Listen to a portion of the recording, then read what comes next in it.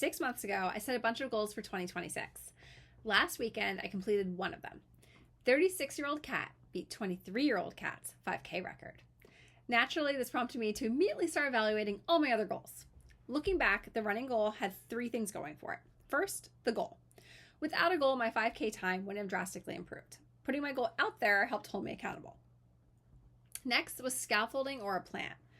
The goal is one thing, but I needed to plot how to get to that point. I started by having ChatGPT create running plans for me with instructions to include an interval, tempo run, and easy run each week with a maximum total running time of 30 minutes. I did improve, but then during my time trial 5K, I noticed a major issue. I didn't have the endurance to run at race pace for the entire 3 miles. My sycophantic chatbot listened to the parameters I gave it and adjusted my plan to fit into my existing schedule. Unfortunately, my fitness level didn't care about my schedule constraints. I decided to try out Runna. Runna did not listen to me when I told it I wanted my longest run to be no more than 4 miles. It was, in fact, 7.5 miles. It was the challenge and structure I needed, though. You can't get better by doing the same things that aren't working. Next was doing the reps. It's one thing to have the plan, but I actually followed it. I hit all my goal paces in every training run.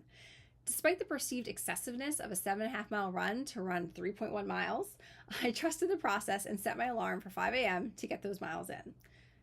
As I said earlier, it's about doing the right reps. Now, how does this framework apply to my other goals? After all, running is straightforward. You train, you race, you get a result. Most goals aren't like that. Speaking goal. My goal was 12 speaking engagements. I've done 6 and am confirmed for another 3 in the fall and potentially 2 summer gigs as well. I still need to keep pushing, but I'm roughly on track for the measurable part of this goal. The speaking goal is much harder than the running goal, though. Unlike running, there isn't really a prescribed process. I can refine the process, but I can't simply plug my last few gigs into a Runna type app for speakers to get a straightforward plan. Running is a machine. You put in the training, you get results. Speaking is like gardening. You plant a seed and nurture relationships and see what grows. Some things sprout quickly, while others may take years to come into fruition. Opportunities beget opportunities. There's also luck. Hard work isn't enough. Did you reach out to the organizer at the right time? Do they care about your topic this year? Did you hear about the opportunity? At an event I am speaking at in November, I submitted my proposal back in January and was selected from the over 1,000 submissions. I think my session is good and should be selected, of course, but I assume there were plenty of great talks that were rejected too. This type of goal lacks control. It's similar to when we were building TMG's B2B business. There was often a long period of relationship building before we partnered. There were times no one responded to our emails for months, and then bam, the partner was ready and they moved fast. It's also harder to control motivation. Unlike a 7-week 5K training plan, conferences are planned months in advance.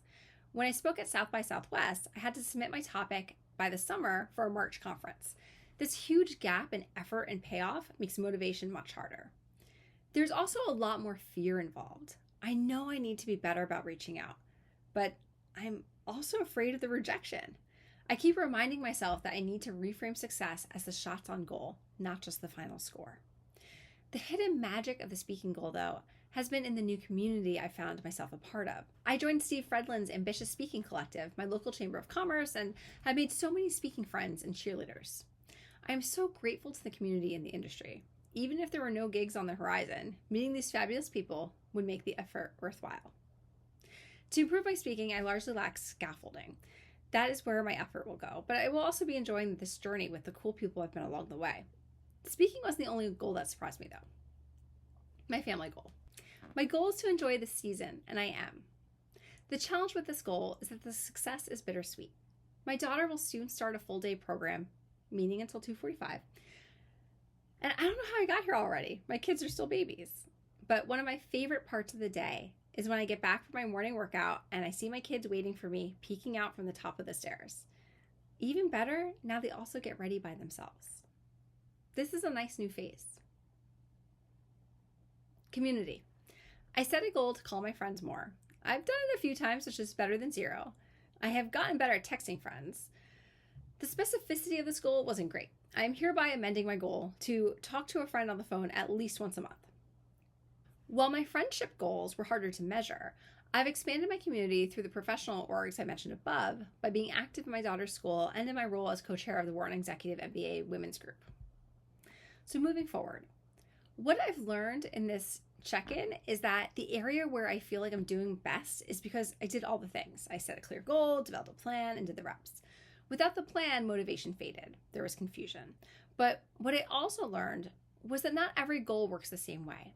The running goal benefited from the structure. The clearer the goal and the plan, the better the result. The speaking goal taught me almost the opposite lesson. Yes, I need better scaffolding. I need to follow up more consistently. I need to create more opportunities for myself. But some of the best parts of the goal weren't things I planned. I didn't set out to meet a community of speakers. I didn't set out to find new cheerleaders and friends. I certainly didn't have fascinating conversations with interesting people on my goals spreadsheet. Those things happened because I left enough room for them to happen. With any goal, it's important to have a clear objective, a plan, and the willingness to do the work. But it's just as important to leave a little space for serendipity. Looking back, I think my mistake was assuming all goals were machines. Set a target, build a plan, do the work, get the result. Some goals work that way. Others are gardens. They still need attention and effort, but they also require patience, relationships, and a willingness to see what grows.